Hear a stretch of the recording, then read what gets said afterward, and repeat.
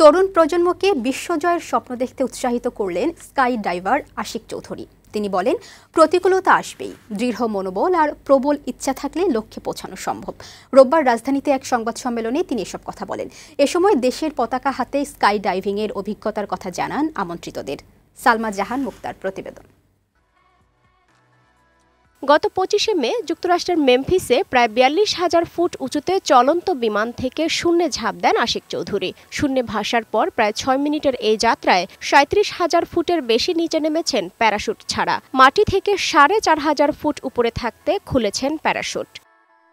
বিশ্বে নিজ দেশের পতাকা হাতে স্কাই ডাইভিংয়ের ঘটনা এটাই প্রথম। আশিকের এই দুঃসাহসিক প্রচেষ্টা সফল করতে সহযোগিতার হাত বাড়িয়েছে অন্যতম গ্রাহক প্রিয় bank United commercial bank PLC UCB. রোববার ঢাকার গুলশানে ব্যাংকের প্রধান কার্যালয়ে এক সংবাদ সম্মেলনের আয়োজন করে স্পন্সর প্রতিষ্ঠানটি।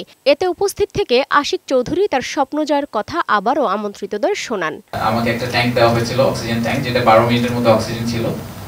আমি ফুল একটা থার্মাল কিট পড়েছিলাম, কারণ ওখানে টেম্পারেচার -65। আমরা ফাইনালি রেকর্ড করেছি -71। অ্যাকচুয়ালি আমরা যখন এক্সিট করেছি তখন ওখানে টেম্পারেচার ছিল -71 ডিগ্রি।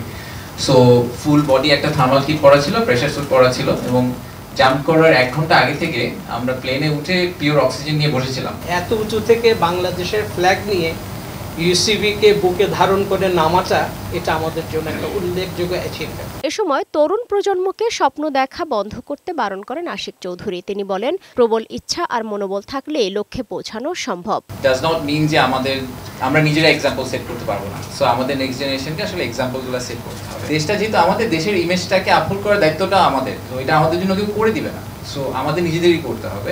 আশিক চৌধুরী এরই মধ্যে পেয়েছেন ওয়ার্ল্ড এয়ার স্পোর্টস ফেডারেশনের সনদ। এবার অপেক্ষা গিনেস ওয়ার্ল্ড বুকে রেকর্ডের। সালমা জাহান মুক্তা, বৈশাখী সংবাদ, ঢাকা।